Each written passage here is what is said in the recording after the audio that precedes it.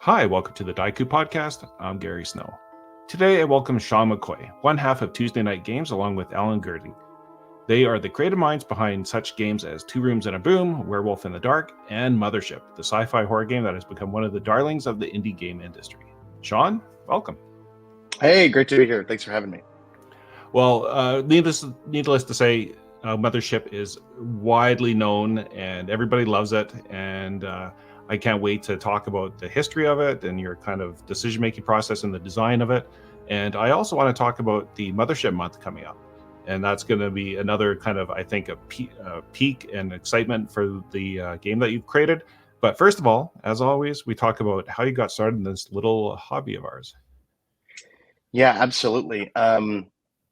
So I got started in gaming, when I was in high school, primarily through like Warhammer.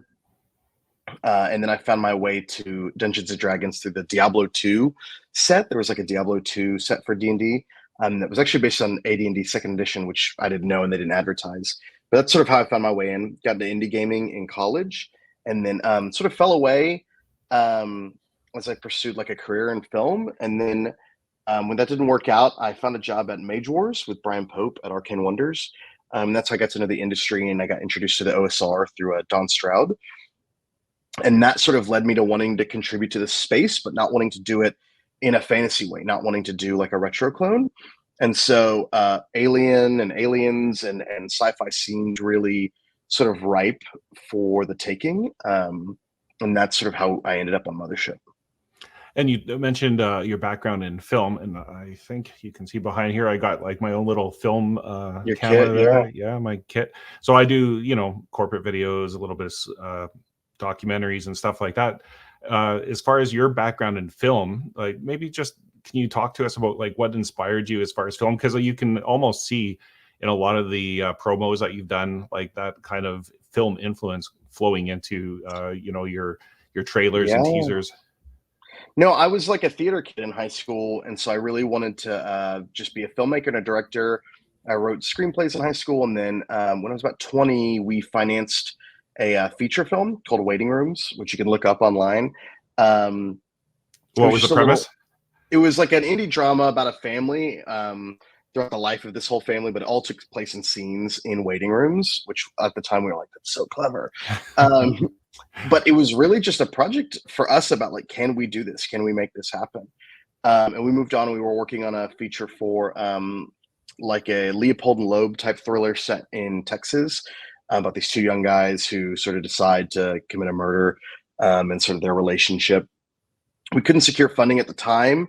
And so things were sort of falling apart and I needed a new sort of path to look forward because I dedicated so much of my time to film.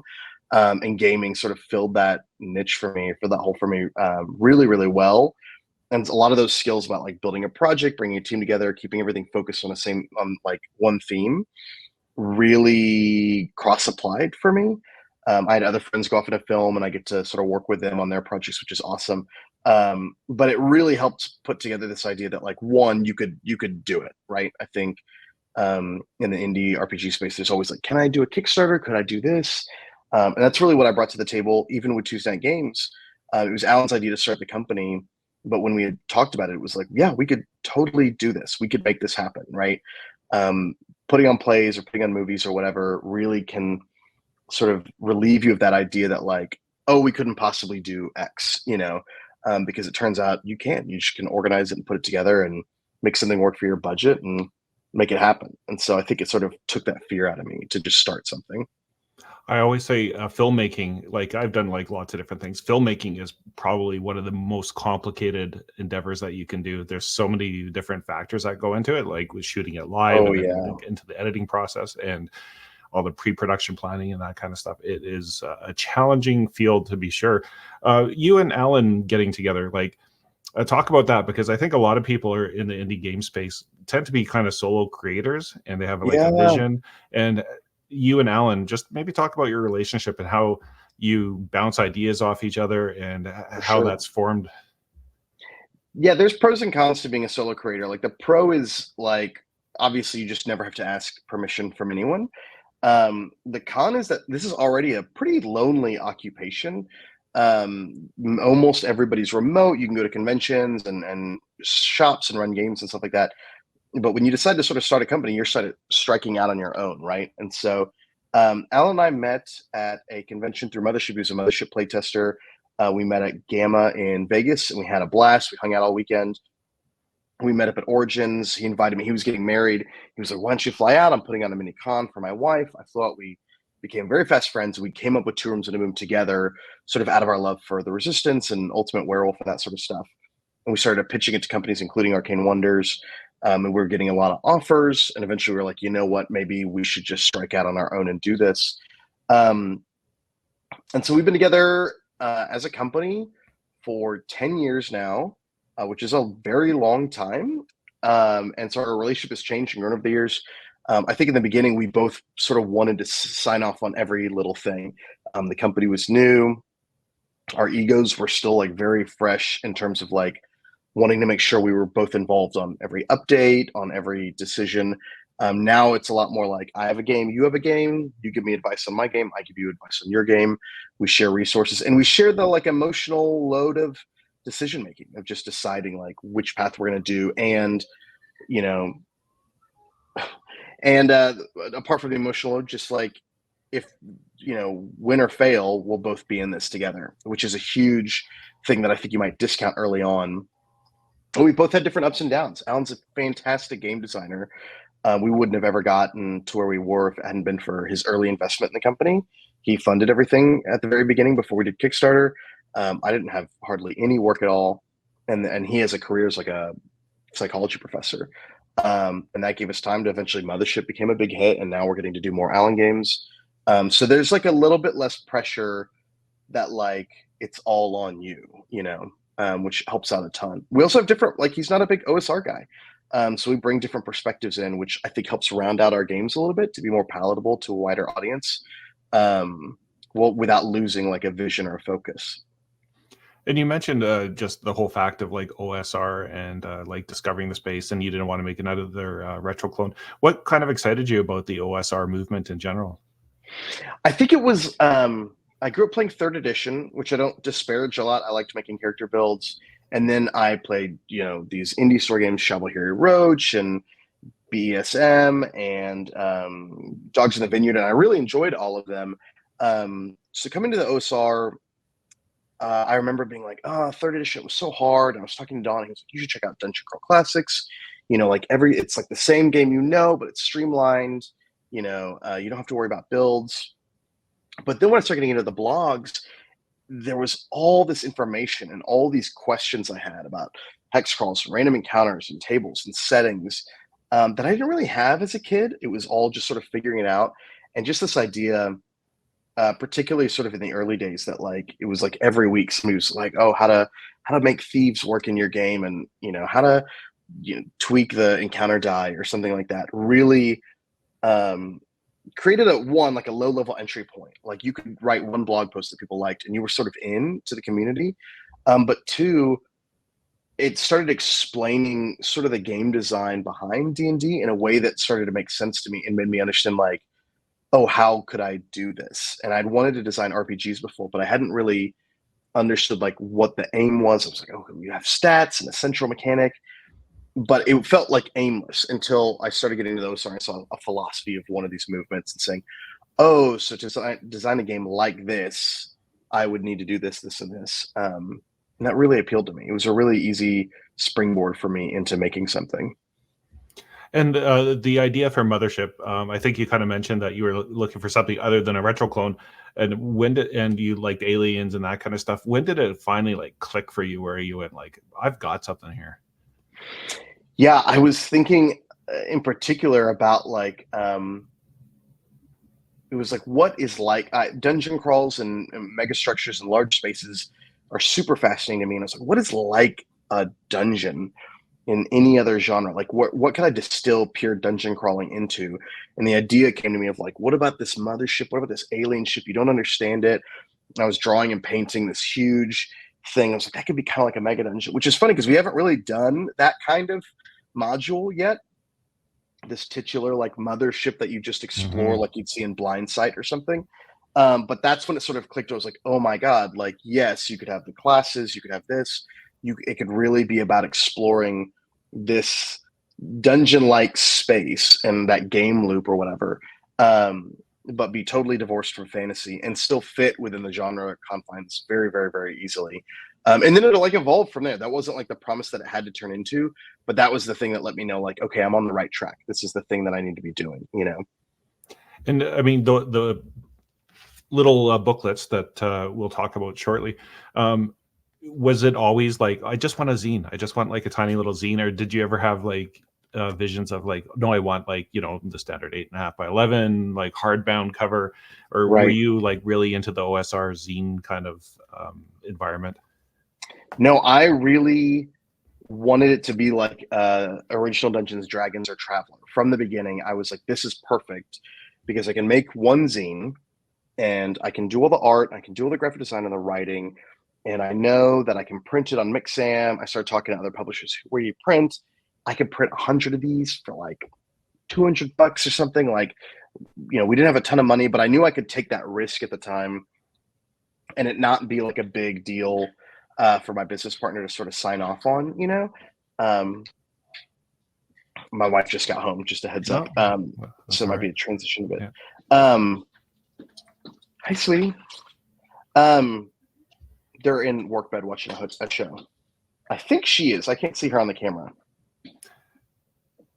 And this is probably a good time to talk about the fact that a lot of successful indie game designers, or just indie game designers, have a network behind them of support, family that are like, you know, there for you. Oh, absolutely.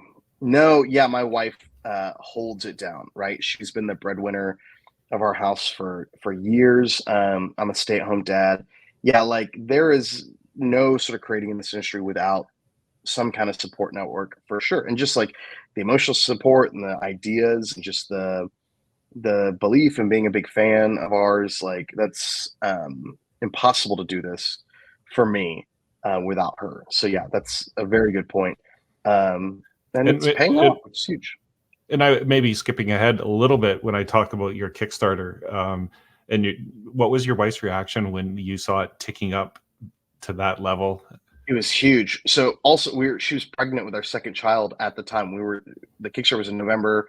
Juniper was due in December. So it's like, it was just a whirlwind of stuff of like, this is a huge opportunity, but also you need to be more present here, like in your real life more than ever before, you know.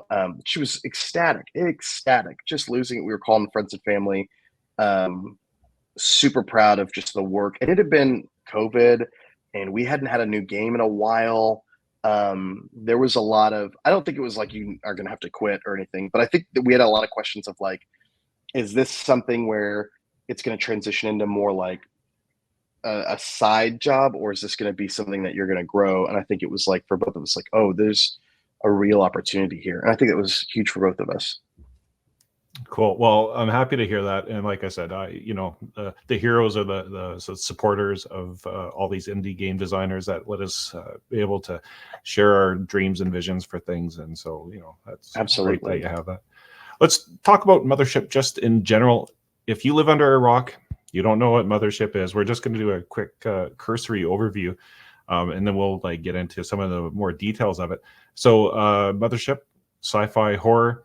And you can see the black and white illustrations. And I think people really love the graphic design and the art direction that you've chosen for all the games.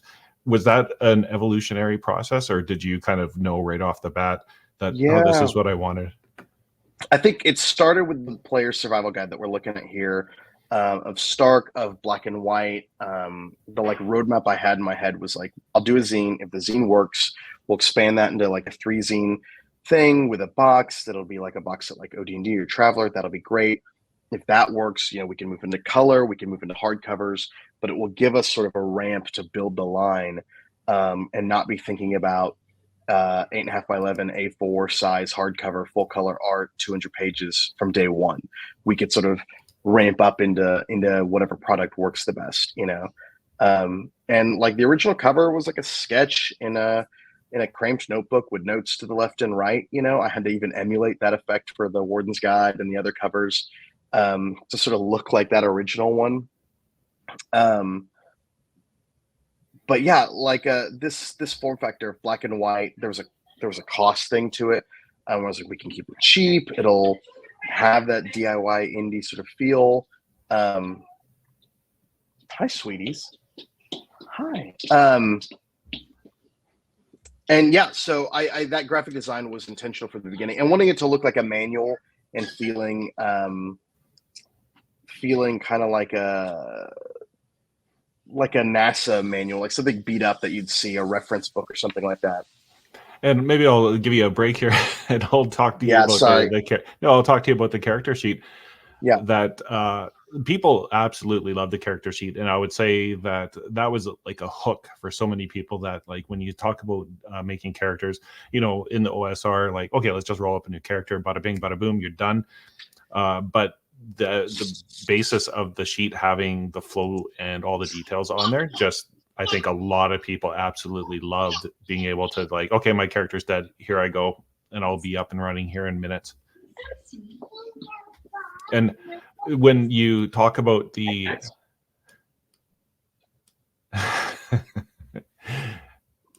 and when you talk about the flow of it, did that come naturally, or did you have that moment of like, aha, like eureka, there's a nice flow here, I can make it?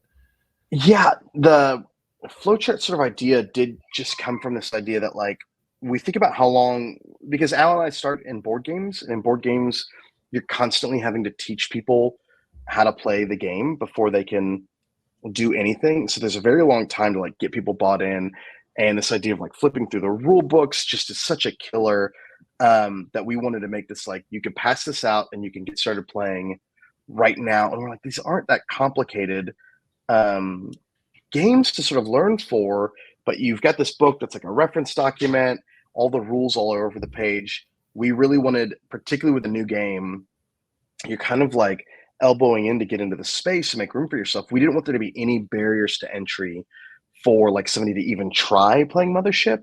It's like, okay, sit down, make a character, let's open it up, go to chapter 1, let me flip. We wanted it to be something like you can get in, you can play very, very quickly. If you die, you can make a new character very, very quickly. That also influenced, we could talk about later on, why we went into the app space. So that was huge for us. And then it had a thematic effect. It looks like a circuit board. It looks very sci-fi-y. And it sort of feels like a game in its own way. So that was huge for us in the beginning. And we even tested around this with World Championship Russian Roulette, our second game, that like all the rules for the game are on components. And so we had this idea from board games that like, again, if you don't have to look something up the rule book, we can all stay engaged. We can all stay in the game. So aids, references, all that sort of stuff are huge. And with the actual rules, was that an evolutionary process, or how did you actually decide like the D100 as the kind of the core system of it? It was like I wanted to step away from D20 and make it not just like a reskin, right? There was a strong part of me that really wanted to make it almost like a Traveler retro clone, because Traveler had done so many amazing things, even from the like hexadecimal sort of stuff, which has such a cool sci-fi feel, to the sort of simple math about it. But like the short answer is this D100 felt like sci-fi. Percentiles felt like sci-fi. Knowing your percentage chance to do something in a game that was very lethal down to the ones digit or whatever also felt very helpful. It's like you have a 26% chance of success. That's everyone intuitively sort of knows what that means. But I played a lot of Call of Cthulhu and games like that, and I didn't want to get into a lot of these things like if you succeed by 20% or like if you succeed under 15%. I really wanted to keep it almost binary pass fail, with this granularity in the sort of system itself. So we already talked about there's basically the player's booklet and then the warden's booklet, your version of like the dungeon master, and then you've got these other kind of core elements, the unconfirmed contact reports. Mm-hmm. And just tell us a little bit about the books, and we'll kind of move on just so we can talk about what the core books all kind of feature. Yeah, Unconfirmed Contact Reports is our version of a monster manual, and we were inspired by books like Fire in the Velvet Horizon, books that were more like there to inspire you about a monster, because in Mothership, it's not like D&D where you're necessarily going to be hitting 4 goblins in one room and then a bugbear in the next room and then a carrion crawler in the next room. You might be hitting one monster, and that might be the focus for a couple sessions, right? And so we didn't want to like write up every single monster as like an adventure, but we wanted to give you enough meat there that it could be an adventure. We just don't want to outline it all in one book. So each of these is more like a jumping off point to build a scenario or an adventure around, rather than like a glossary of like NPCs that you can kill. Cool. And then we also have the Shipbreakers toolkit. Yeah, this was more almost like in the player's guide. In the original, in the Zero edition, in Zero E, this is part of the player's guide, the ship stuff. But we started getting into jump times and all the ships and wanting to have these beautiful spreads that show the ship and give you a bit more information about each one. And it started to make more sense to make it its own separate book. And also just the admission that, like, I think when people describe their perfect sci-fi game, they're like, oh, I'll have a ship and I can upgrade the ship and I can go all these places. But in reality, like, ship combat, ship upgrading, ship design is very difficult to design and is very out of tune with reality. Like, you buy a car and it's like a huge chunk of your income and you don't like upgrade it or anything. You just drive it, and you maybe buy some like knickknacks for inside and you have some repairs, but for the most part, it's just like an expense you have. But like, no individual person is buying the USS Nimitz, and being like, what can we strap onto this bad boy? Like, we had to take this philosophical stance that, like, a ship is part of an entity, a corporation or a military government or something, and more often than not, you are just passengers on that. And if there's damage to it, there's going to be repercussions, rather than sort of the Star Wars idea of like, well, this is my freighter and we put in these things. We wanted to accommodate for that, but we just wanted to say that the reality in Mothership is different. And that's featured in the way we do ship-to-ship combat, where it's not like, I'm the gunner and I run the computers. It's like the combat is happening kind of irrespective of your individual actions, but your decision to go to war with another battleship is a big decision that only humans can make. But the minutia of like, do the missiles hit? That's handled by computers, even today. And that's probably a good place to also backtrack a little bit and just talk about the philosophy of Mothership, as far as like, you are like just a grunt, somebody that the corporations kind of throw into a job, and you're just kind of eking out a living on the edges of space. And like that, the description of the ship and the ship combat kind of like reiterates that, where it's like, no, they don't care about you. Like, you're just you're just a rounding error. Scale. Absolutely. Yeah, you're just a rounding error is a great way to describe it. You don't live in the core worlds. You don't have like a 9-to-5 in civilization and a mortgage and stuff like that. You're a trucker or a marine or a grunt or whatever, or some sort of advanced researcher, on the company's dime in the middle of nowhere. You're at the end of the highway on a lonely road and broken down gas stations. And that's when the weird stuff starts to creep in. And that's where you don't have resources, right? You don't have any, you have to sort of use your wits or you will die out here alone, and nobody will care. They'll just send out another team. And that sort of permeates a lot of the design decisions, because sci-fi is such a big genre. You have to start saying yes or no. Are we going to do this? Are we going to do that? Because you can sort of drive yourself insane trying to support every single play style. And there are games that do that better than us.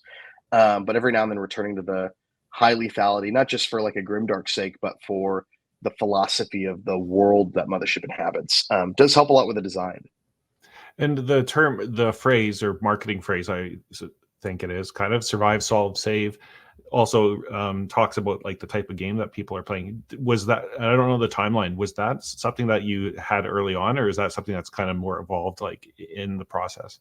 Pre-product, like pre us even being a product, my friend Nick Reed, one of my home players, one of my oldest friends, we were playing a playtest of Mothership, and afterwards we were all talking about how it went, and he was like, you could survive, you can solve the mystery, or you could maybe save the day. And we sort of talked through that as philosophy, and I was like, yes, okay, I'm going to steal that. That's great. I wrote up a blog post about it.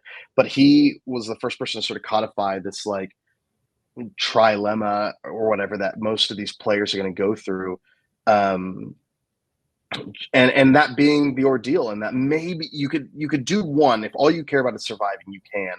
But if you want to save the day, that's going to be even harder, and it's maybe impossible to survive the day and survive, save everyone, and figure out what's going on, right? And that makes your choices more heroic. Cool. And then also, once again, timeline, you can maybe clarify, when did another bug hunt come to play? Like, was it like, okay, we need like the adventure that is going to represent Mothership? So we did the player's guide, and then we realized that there was a huge demand for adventures, and that a system wasn't just going to cut it. So we immediately turned around 6 weeks later, released Dead Planet, which took a little bit more time at Pound of Flesh, a little bit more time Gradient Descent, just to keep up with demand. And then we were like, you know, the wheels are going to fall off this thing. We have a ton of fixes we need to make. It needs a proper edition, and it needs a proper starter module. And I had another bug hunt, both as a title and an idea on the back burner for a while. This like homage to Aliens, and this sort of capsule where, you know, like an alien invasion is pending. A way to sort of jumpstart your campaign, that kind of thing. The Carcinids are sort of like our take on the Xeno in a lot of ways. This was a really fun module. We were in over our heads, you know, like new baby, all this sort of stuff. We have a lot more we want to do with this sort of storyline. This stuff with the Carcinids, we don't think we're done with them just yet.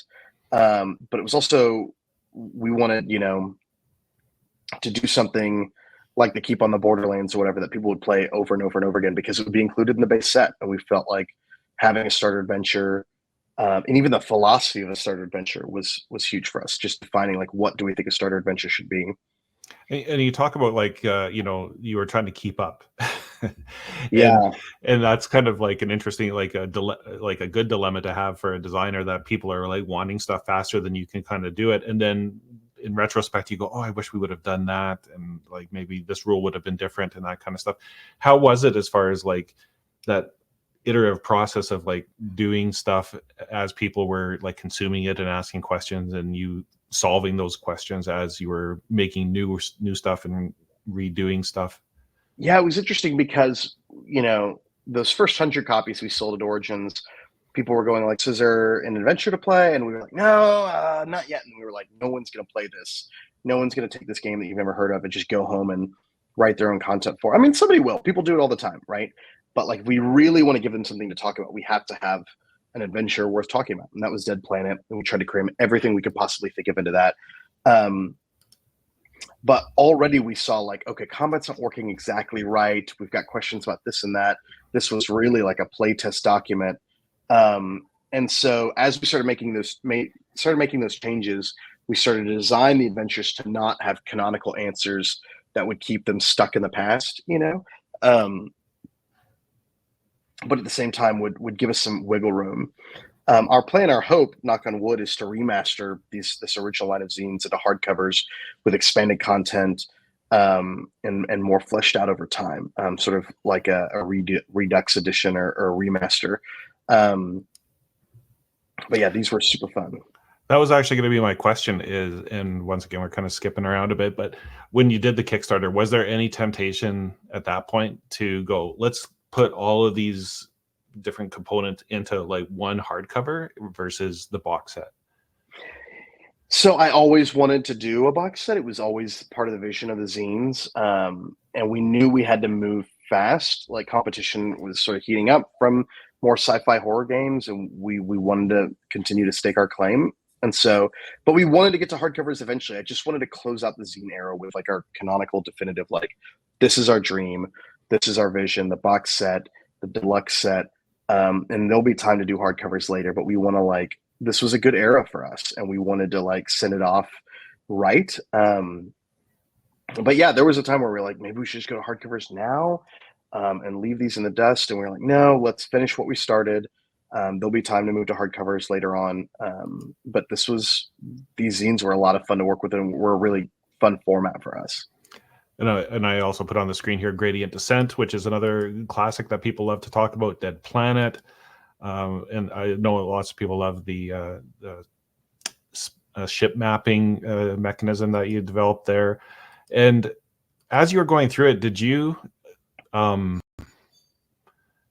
like the community's input and all the writers that started to pour into the space, like how much did their creativity kind of help evolve the overall game itself? It was big. Working with Fiona, Dawn, and Jarrett on Dead Planet, it was just like a smorgasbord, like free for all in a Google Doc. People were throwing up ideas. We're like, okay, write that, write that. It was a collaborative effort. A Pound of Flesh, similarly, we had Luke, me, Dawn. Like there were a lot of voices in the same document. It wasn't until Great Descent that we got to like one author, one graphic designer for the project, along with our editor. But maybe this is like that film thing. I was never sort of scared of like working with multiple people in a project to coordinating a Pound of Flesh or another Bug Hunt also has like 5 writers on it. And a lot of that, I would plan to write it myself. I'd wanted to write the starter adventure myself, but with the baby, it was just like, we can't do that. We have to we need to hire out and get this module done. We're going to be behind as it is. I need to focus on fulfillment. But as usual, I'm usually the holdup in getting things done. And it's been really hard, like getting the work-life balance right these last couple of years where Mothership is taking off, but also family life is growing, and finding that sort of balance. And I had up on the screen here, just very briefly, I'll put it back up here now, is the Kickstarter. So tell me. Yeah. When we, as I mentioned, at 1.4 US, and in your wildest imagination, like, did you ever have an inkling of like it could go this way, or did that surprise you? I had a spreadsheet with 5 scenarios, right? And it was like scenario A is like 1 million, and scenario A, B, C, D, E was like 100K, right? And it was like, we know we have something here. We know how many followers we have. We know like what if our number of followers, what if 10% of them convert day one? What if the average pledge is $57? I'd run a lot of scenarios just on a spreadsheet to see how realistic it was. I thought it was possible for us to hit 300K not without breaking a sweat, but I was like, it's doable. There's a scenario where this happens. The numbers line up. I think some people don't look at the numbers and go like, well, how are you ever like 50,000 people have to back your $20 game to get to $1 million? Like, I had to look at like, what is even reasonable here? But I did see like there is a world where we get to $1 million, but this has to break, and this has to break, and this has to break. I had Matt Kelly, owner of Exalted Funeral, in my corner being like, no, it's going to hit $1 million. You have no idea. It's going to happen. They'd gotten so close with, I think, Herbalist Primer. He was cheering us on the whole time, and he introduced me to BackerKit marketing. It was like, you need to run ads, which we did, and they brought in a ton of money. So it was, I always say we were very lucky, and we were prepared to be lucky. We weren't prepared for the logistics of being lucky, but we understood that like it was possible and that we should want it, right? We should want it to get there. And we should build a product that had the potential ceiling to get to $1 million, that we shouldn't kneecap ourselves towards like, well, the product's so cheap and we're offering so few things that like, even if everybody backs it, we're only going to get to this much money. I didn't think we were going to get there. And I didn't think we were going to get 500,000 on like the first day. I just didn't see that. Maybe I can't remember if it's 500,000, but it was something like that. I couldn't see our first day of being so big, but all of a sudden it was like, oh, we're in a different world. Something, the hype is real here. And I've got my box here, and everybody can see the nice metallic ink on that thing, and I've got my launch and landing patches. Woo. And as you mentioned, like all the different components, you got patches, you got zines. Did at any point you go like, what did we get ourselves into here? Because there's a lot of moving parts. Yes and no, because we had done Tombs in a Boom and we had been really delayed on Tombs in a Boom. I understood the scope of what was going on. There were just hard blocks. I'd sort of said, okay, it'll be like my first. We had just had Langston when A Pound of Flesh was kickstarted. I was like holding him at night and then working on A Pound of Flesh. And then he was 1 when I did Gradient Descent. I was putting down for a nap and working on Gradient Descent. And so I was like familiar with the workflow of like having a kid. And I didn't realize like the second kid was exponentially more work because it wasn't like they were going to bed at the same time. One was up, one was down, And it was like, oh, it's not like I'm gonna have half the time. It's like I'm gonna have a tenth the time, you know. And we staffed up. We hired customer support. We hired more writers. All this sort of stuff. People were like, just hire more people. Well, we did, but you couldn't hire so many more people because it'd be stuff to manage too. You'd have to like train these people, right? So I wasn't prepared for that and how like much that would sap my will. I mean, it would be a long day. My daughter was like 2 when we shipped everything, right? She hadn't been born, and now she's 2, and we're finally shipping. The first 2 years of her entire life, I was like rushing through my day to put her to bed, to put him to bed, to work for 30 minutes at night, you know? And then all that with the fear of like, if you mess up this opportunity, this all might crash and burn, right? There must have And been like, some dark times. Like, I mean, like anybody that's done a Kickstarter, there's always somebody that's like, where is it? I want it. oh, Like, yeah. what's going on? And I mean, I'm a backer, so I saw in the comments and that kind of thing. There must have been some dark times of as far as like, I just wish I could clone myself and make this thing happen. Yeah. And you know, like a couple things we knew. We knew like we'd done this before. There wasn't a danger of it not shipping. There was just a danger of it taking so long that and there are people who are like, you've lost all my goodwill, I'll never back from you again. That's gonna happen. We had 15,000 backers. Some amount of them are gonna be so happy. But we were like, but if we get it wrong, if we rush it, nobody's gonna come back ever, right? So it'd be better to lose 10, 20, 30% of your audience and get something really good out than lose 100% of your audience because you just sort of work to meet the deadline. And we also like, this is crowdfunding, right? We transfer a lot of risk onto the customers, but as a part of that, they are all these problems companies are having, whether you're backing them or not. But when you back them, you see them. When you don't back the project, you just don't see. It's just blind to you. They're having internal problems and shipping delays and missing deadlines, but they get to keep it sort of a secret, right? The game just comes out when it comes out. Metroid Prime 4, right, for the Switch, is announced first year of the Switch. Switch is about to be phased out. Is it coming? We don't know. We know something's going on, but I can't imagine what it'd be like if that was a Kickstarter, you know, like Yeah. people be losing their minds, you know. So luckily we had done it and we had been late before and we had an idea. We weren't like freaking out like we got, you know, we were just like, keep the pressure up, keep working. Do your best to just communicate as best you can. You're not going to execute perfectly, maybe not even well, but you are going to execute and the game will be good. We knew we had something good.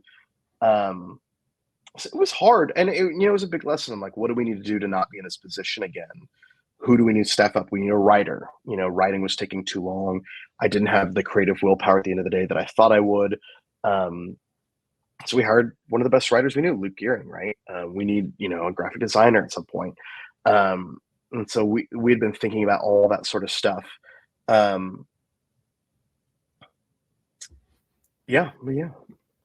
And as far as like I over that timeline too, I'm sure like everybody else, like inflation was happening, and that probably was another pressure aside from even backers wanting it. Like the cost of whatever you were doing was just continuously ratcheting up, and that must have been also like an added stressor that like everybody was facing.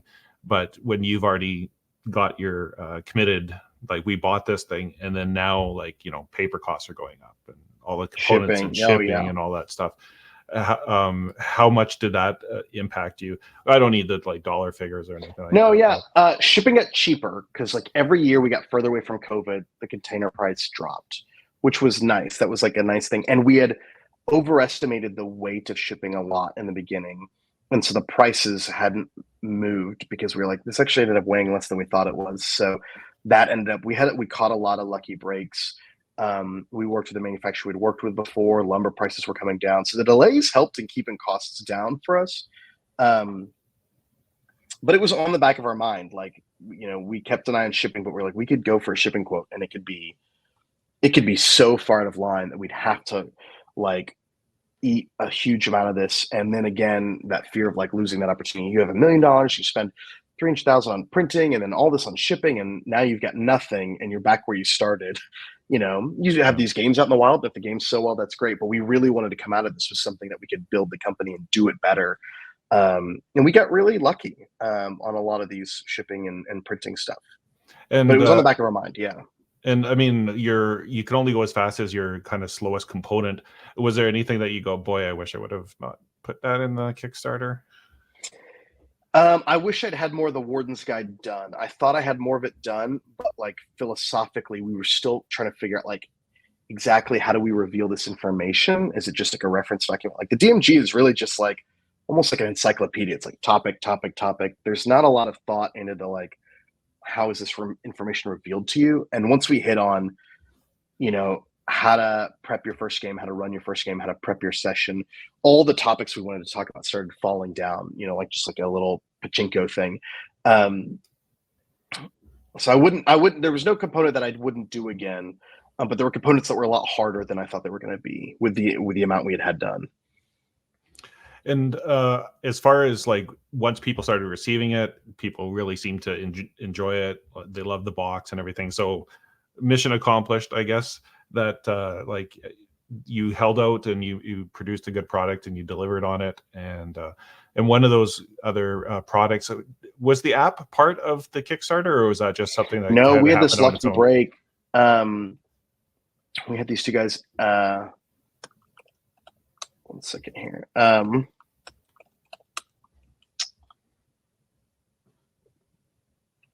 We had and one of the things I like about the app is it just so nicely reflects all the graphic design and the core elements of the game. So we had these two guys, Andrew Sheridan and Seth Kincaid, came to us, and they had an app built. They were like, we want a third-party license for this app we built for Mothership. Andrew built a really good like Cyberpunk Red app. And I looked at it, I was like, this is perfect. And so I pitched them like, what if this is the official app, but you change the graphics to look like our graphics. They've done their own graphics. You know, we branded as ours. Like we worked out like a deal, and it was amazing. And so we paid for some time. We worked at a, you know, profit sharing and how we we're going to pay for all this sort of stuff.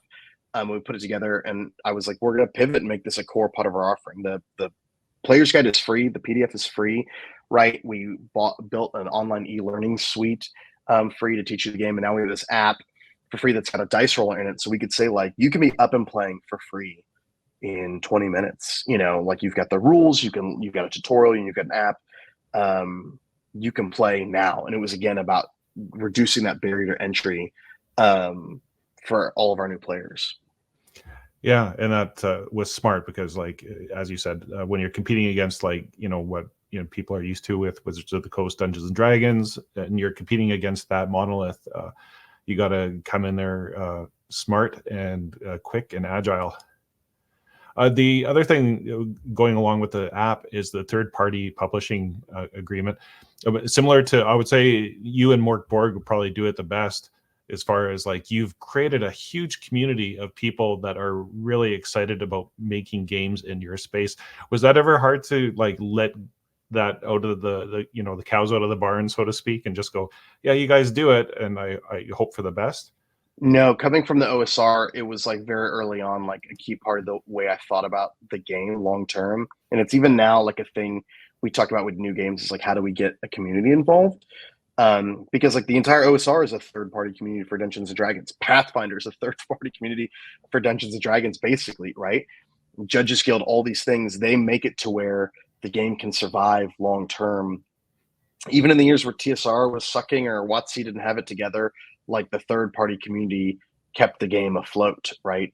And so very early on, it was like, how can we tap into that? How can we there's a lot of things like Desert Moon and Karth is a great example. Like that is a great little niche, great little setting that we'd love to do, but it's not a good use of like our resources. But every third party product out there can hit some player's exact need for their setting or their game without forcing us to go in every direction. We can focus on big releases that only we can do that target, larger player bases with the resources that we have. And this allows somebody else to pick and choose and be like, actually, I want some more corporate horror, so I want here. No, I want something with mutants, I'll go here. And then it also gives our fans, like, there's people who make a living off of this. People have moved out of their houses or put down payments on houses or bought cars or whatever, like materially, and changed their lives through publishing. And so as DIY indie creators, like we like mentoring and being a part of that story too. Cloud Empress is a huge success, right? Bloom is amazing. Daniel's now our production manager, because he's been so great at sort of this stuff that like, yeah, third-party community is near and dear to the success of Mothership. It's a huge part of it. And I like the fact that you know, you didn't put a lot of constraints as far as even the graphic design of it, which I think a lot of people would have said like, no, this is the tone, this is what it should be. But people have really taken it to all sorts of different levels, but yet there's some kind of commonality that it kind of works. Yeah. Did you think that was going to happen, or like in your assessment now? We've gone back and forth about like, should we release a template? Should we do this? But ultimately, we were like, you know, it's just going to be wild and woolly out there. I hope it translates when we move into hardcovers. I hope we can still make zines still viable for everybody and not feel like discordant. You know, that's like the next challenge we're going to have to overcome is like, how do we still all make this feel like one thing? But no, we weren't worried about that at all. We had an approval process, but it was just to like screen for content that we didn't approve of, mostly like bigoted content or that kind of thing. But we've tried more and more to open it up, and we're even talking about like opening up some of the like a Pound of Flesh takes place in the space station, Prospero's Dream, and when we remaster it, we're thinking about opening it up to third-party creators. We could say like, hey, you can set your adventure on this, because again, it's a giant space station with tons and tons and tons of different stories to tell, like Waterdeep or whatever. It's like, why wouldn't we just say like, yeah, you could set it here, and that will only enrich everything that's going on, you know? And then now that you've got this great community, you've got people that have like really taken the opportunity and produced content, you are now doing Mothership Month. And when did that seed get planted that you wanted to do something? Was it kind of, okay, we're going to fulfill and everybody's going to get their copy, and now this is the next step? We weren't so it sort of worked itself out. We knew at some point we wanted to do like a convention, like an online convention, WardenCon or something like that. And I talked to the team about what should follow up the box set, and we have like a couple ideas that are huge box set level campaigns. But our team unanimously was like, we need something small that we can execute on that's still gonna like help all of our players out, but isn't going to like put us back another 2 years, you know. And Wages of Sin, the bounty hunting toolkit, was that book where it could be a big hardcover book, easy to execute, 100 bounties, you know, one shots or small campaigns or whatever, along with the rules for bounty hunting, crime, punishment, tools to make this work for like not just bounty hunting campaigns, but to use these people as NPCs or enemies or allies in your own campaign. And then we have a close relationship with the team at BackerKit, who was a huge part of our success of the box set. And they were going, hey, we have this thing. You could do this group collab, and we had been talking like we were thinking about doing like a Mothership Month thing, and they were like if you do it this year, we can really make you the premier like headliner of this new feature, right? And so we did some internal topics. We talked to third party creators and said like, if we do this year, how many of you would be in? And it was like 30. Then we got hard commitments to 20, and we were like, okay, we have enough here. This can be a thing. And so like we have this book. We're also going to release like a new magazine with fiction and comics and articles alongside of it.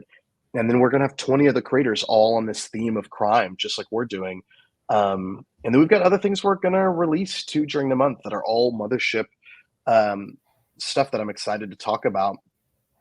That like is going to make this more of like a pep rally, right, for Mothership, and let our actual plays and streamers and creators all sort of come together at the same time, and sort of just like celebrate the game, you know. And so yeah, you've got, I see 3 listed here. So how does it work with, like you said, there's 20 and the collective or the collection, and I think you also mentioned on the page that I think there's going to be a patch or something that goes for those ones. And how does it all kind of fit together? So basically, think of it like Zine Quest, but for Mothership only. If you scroll down to these project teasers, you'll see all 20 projects all have teasers up right now, and you can go look at all of them. These are all the Mothership products that are going to be releasing from November 12th to December 11th. They're all going to be launching at the same time. And then we have some cross-promotion things. So if you back 5 or more projects at the physical level, you'll get access to a pack of cards, which will be NPCs. And so they're like, you can draw an NPC or a pre-generated character right at the back. So like, this character you see here would be like, they'd have all the stats for a character, or they could just be an NPC in your game. And as the projects do better and better, you'll unlock more packs. And so I think eventually you can get like a deck of cards that'll be like, 52 NPCs for your game or whatever. And that's something we hope to repeat in the future. There's also like, every project has a day one incentive.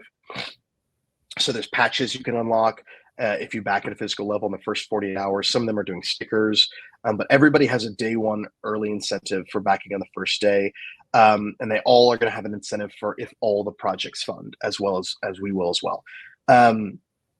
So there's tons of cross-promotional stuff for backing multiple projects, for multiple projects funding, all that sort of thing. And we have heavy hitters. We have people who this is their first time launching a campaign. It's going to be really, really cool. We're going to have streams. I don't know if it's every day, but we're having a ton of streams and videos releasing. We've got a big app update that we're going to release. We've got some music we're going to release. There's a ton of stuff going on, but you can go follow the page right now, or you could follow each individual product. But we're trying to get to 5,000 follows. I think by the time we launch, we're getting close. We're at like 4,000 right now. But yeah, you can even see it on the left. This collection, this Mothership Month, that's on all of BackerKit. So like, it's going to be pretty huge, I think. And BackerKit, you mentioned that they've been a really good partner for you.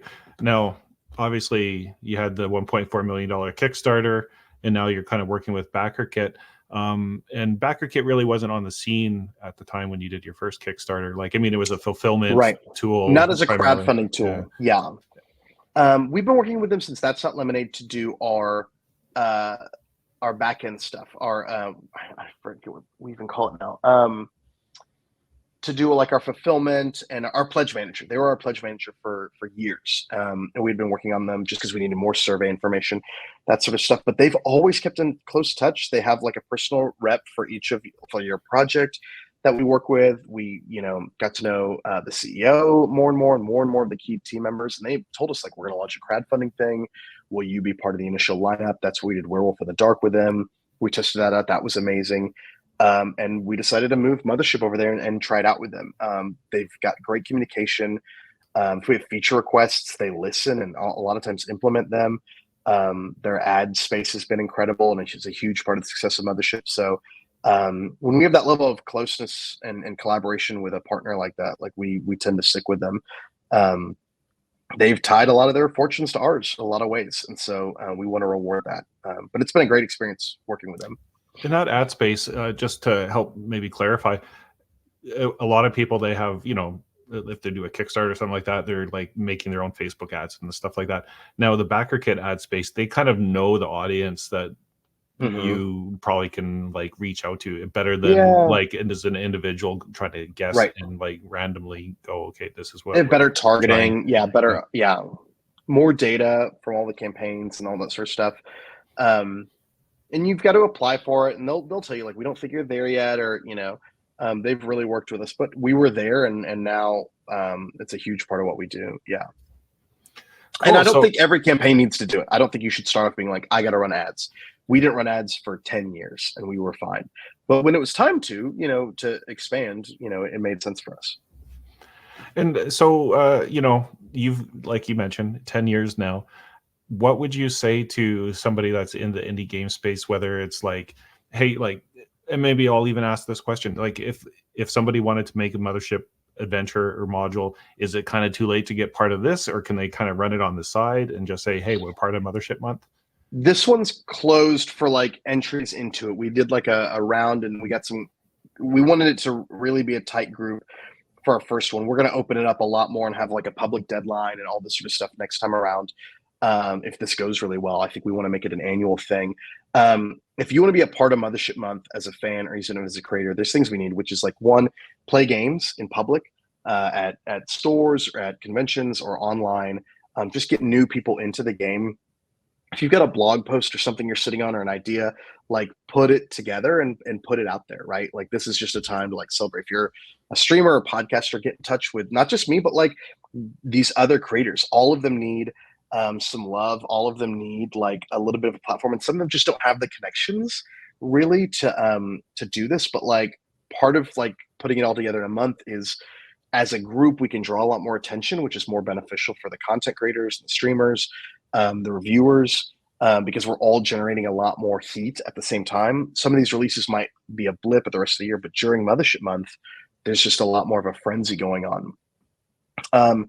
If you're a creator and you want to do this, yeah, next year, keep an eye out. We're going to post the dates publicly for this and get everybody in. You'll be able to apply and go through like BackerKit. There'll be like a launch page. You can apply to be a part of it, and you'll have a timeline, that kind of stuff. But if you're just a fan, like, yeah, this is just the month to tell your friends about, not just from a commercial side. Obviously, we hope to make a ton of money, but like, this is really about like getting the community together, playing a lot of games, talking up these creators who haven't gotten the spotlight. And then going back to the question that kind of drew me there is advice to indie game designers that you're alone. You said it's a very lonely field. There can be a very lonely field if you don't have a partner like Alan to kind of bounce ideas off of and that kind of thing. Any kind of advice that you would put out there, not necessarily even for Mothership, but just like in general, like people that are making games and just trying to get started in the industry? Yeah, you don't have to do everything from scratch. You don't have to come up with like a system from scratch. Like I would start with adventures first, find your favorite system and write the adventure that you wish existed. RPGs, I think a lot of people think like there's a sentiment going around like, oh, I can't make a slick graphic design. There's so many graphic designers and illustrators out there. I can't compete. But like some of my favorite books are things like Mike's Wilderness that have come out that have basically no graphic design and scanned, graph paper maps,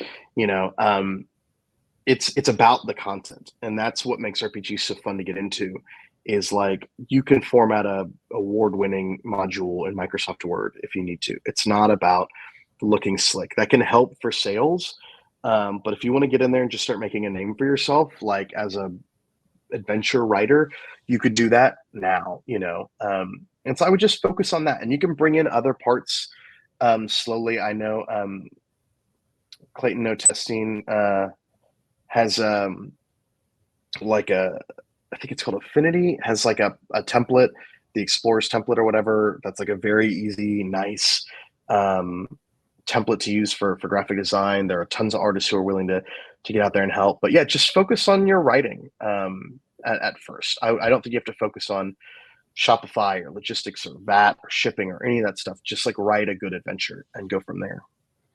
And where do you see the kind of industry heading? Like, I mean, the OSR has been around for quite a while now, that it's almost like reinventing itself. I've heard everything from USR to all that kind of stuff. Where do you pay attention to what other people are doing, or are you kind of consumed by Mothership? I think we're in a big glut. There's a lot of systems out there, and there's not that much time to play. And so I think like if you're writing a system, you need to be asking yourself, how does this fit? Is somebody going to stop playing their home game to play your game? And if not, where does it fit in their schedule, right? The audience is older and they have kids or families and they have not a lot of gaming time. So if your model of the perfect game is like, we play once a week for 4 hours a week and we play from level 1 to 20, like that's a really hard sell to a lot of people. Contrary, I don't think like, all one shots of new systems every week is also what a lot of people want. I think Shadow the Demon Lord has a really good model here where it's like 7 or 8 sessions, full campaign, full story, and we're done. So I would just say there's a lot out there. So like write adventures, or really think about what someone's going to take off their shelf to put your game in its place when you're designing a game, which you don't have to do by any means. But I think we're going to have this period of consolidation now. We've had so many games, particularly after COVID. There was this huge explosion of RPGs, Mothership included. And it's not like sustainable forever. The board game industry had a huge contraction after COVID, after that whole Kickstarter boom that we saw. This isn't doom or gloom or anything. I think the industry has a ton of bright points ahead. It's just to say creatively, think about your limitations and think about like what your audience's expectations are when you're designing and don't just go into it going like, everyone's going to play my game. Like if you're designing a game for 20 levels of characters, think about like, how many sessions is that going to take on average to get there? And can you ask somebody to do that for your game? And are you going to prepare them to be able to run 54-hour sessions, you know? Well, Sean, I just want to say, thank you for coming on the show. You've done some really great work with Mothership. I was happy to get my box set, and looks like with Mothership Month, it's going to be a big boost, I think, to the overall community. And I can't wait to see where it all goes. Thanks, Gary. I really appreciate it.